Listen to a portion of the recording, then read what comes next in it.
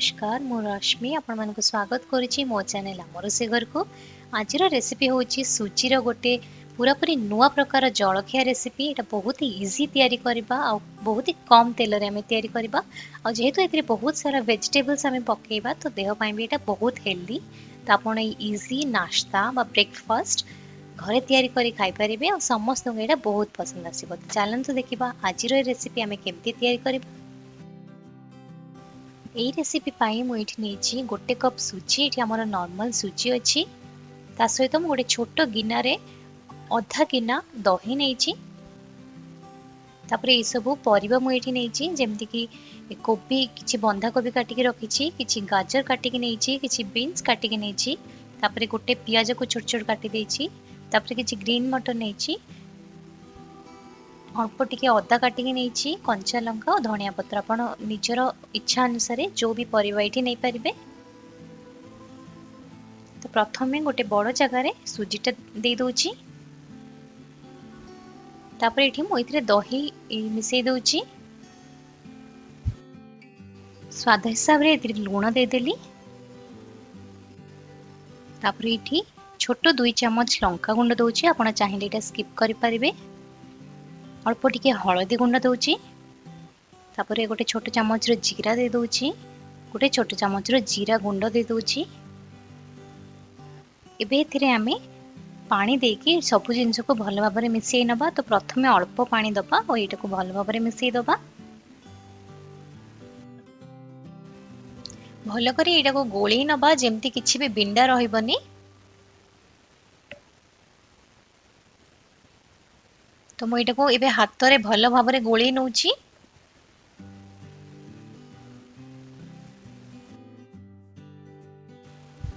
भल भाबरे गोली नेला परे इथिरे आमे नेइथिबा परिबा सब दे दबा। तो प्रथमे ग्रीन मटर दे देली, तापरे बंधा कोबी गाजर ए सब दे देबी।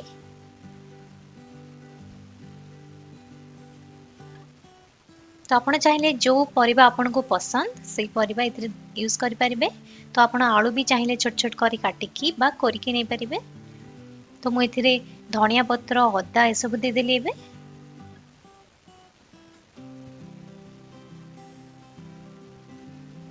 एबे एटा को आउ थरे भलरे हाथ रे एम्ति गोळेई नउची।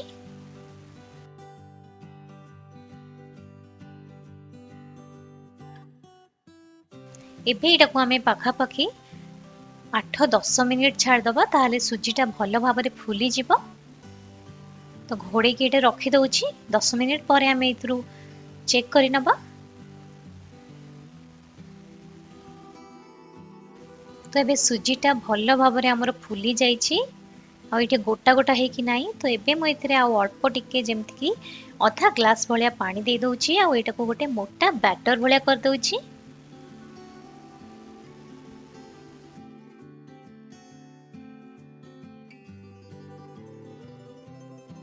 बेसी पानिया बैटर एठी करबानी। तो एबे आमे आर जलखिया प्रस्तुत करबा। तो मु गोटे तावा गरम करके गोटे चम्मच भलिया तेल दे दउची। आ तेलटा को तावार चारियाडे बुलेई नउची और टिक्की गरम होबा पर्यंत छाड़ी दउची। तावाटा गरम हे गले आमे नेइतिबा बैटर दबा। तो 2 छोट चम्मच बैटर दे दउची। तापर एटा को एम्ति गोल कर दउची। तो नॉर्मली चकुली भलिया ही गोल कर दउची।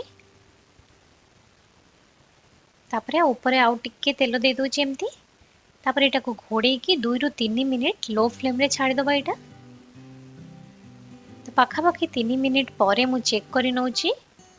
तमे उल्टे की देखि नबा तळटा हेची कि नै। देखंतु केते आराम रे बाहरी जाउची एटा और तळटा भी बढ़िया से नाली हे कि एकदम हेई जाईची। तो ताको उल्टेला परे आउ किछि समय छाड़ी दबा। तो घोड़े की आउ हाफ मिनिट खंडे छाड़ी दबा। तो एबे कवरटा काढी की चेक करि नउची। तो देखंतु दुई पट साइड रे सेकी हे कि हमर सुजी रो नुवा प्रकार जलखिया पूरा पूरी रेडी हे जाईची। तो एमिति भाबरे मु आउ गोटे तयारी करिकि आपण मानको देखै दउची। ए जलखिया बा ब्रेकफास्ट आपण सकाळे भी खाई परिबे बा संध्या समय रे ଖାଇପାରିବେ ସ୍ନାକ୍ସ ହିସାବରେ। ଏଟାକୁ ଆପଣ ଚଟନି ସହିତ ବା ଟମାଟୋ କେଚପ୍ ସହିତ ଖାଇପାରିବେ, ବହୁତ ହି ଟେଷ୍ଟି ଲାଗିଥାଏ। ପିଲାମାନଙ୍କୁ ମଧ୍ୟ ଏଇଟା ବହୁତ ଭଲ ଲାଗିବ। ତ ମୁଁ ଆଉ ଗୋଟେ ଏମିତି କରିକି ଦେଖେଇ ଦଉଛି।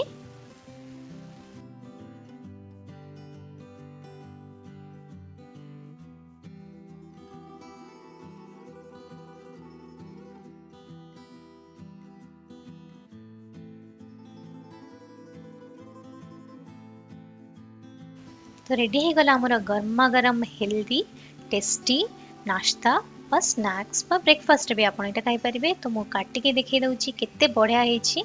आपण एटा केचप सहित खाइके देखंतु, आपनकर एक्सपीरियंस मो सहित शेयर करंतु। पुणी देखा आउ एक नवा रेसिपी सहित। नमस्कार।